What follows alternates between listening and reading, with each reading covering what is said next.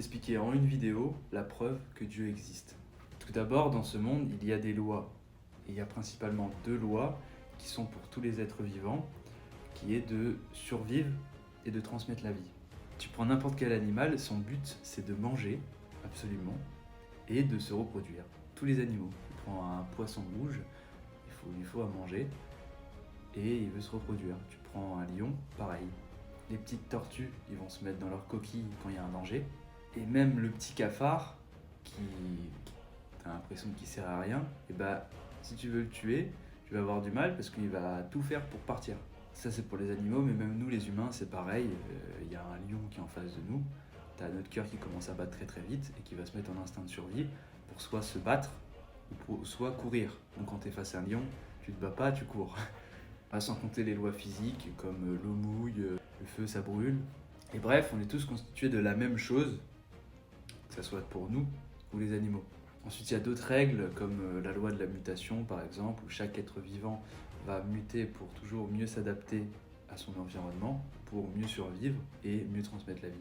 Chaque animal, c'est inconscient, mais son but, parce que c'est une loi, c'est de s'étendre dans le temps et l'espace, de se reproduire le plus possible. Ensuite, la deuxième chose, c'est que nous, les humains, on est dotés de conscience, c'est-à-dire qu'on est capable d'exprimer le passé et d'exprimer le futur, de dire je suis, j'étais et je serai.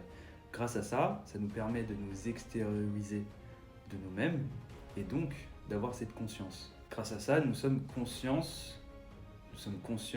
de la vie, du monde, tu peux appeler ça comme tu veux, mais on est conscient de ce qui se passe autour de nous, de la vie globalement.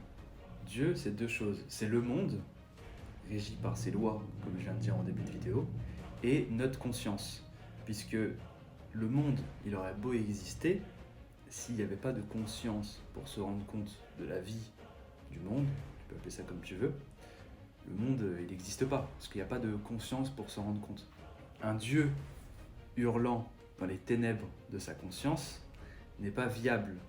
Il a plutôt intérêt à se multiplier dans la pluralité, c'est-à-dire tout simplement de se multiplier dans le temps et l'espace, comme nous on fait les humains, à avoir la loi du monde, de mieux survivre et de mieux transmettre la vie pour qu'il y ait un maximum de conscience. Pour résumer, Dieu c'est deux choses, c'est le monde, régi par ses lois, et ta conscience pour se rendre compte du monde. Donc quelque part, tu es Dieu.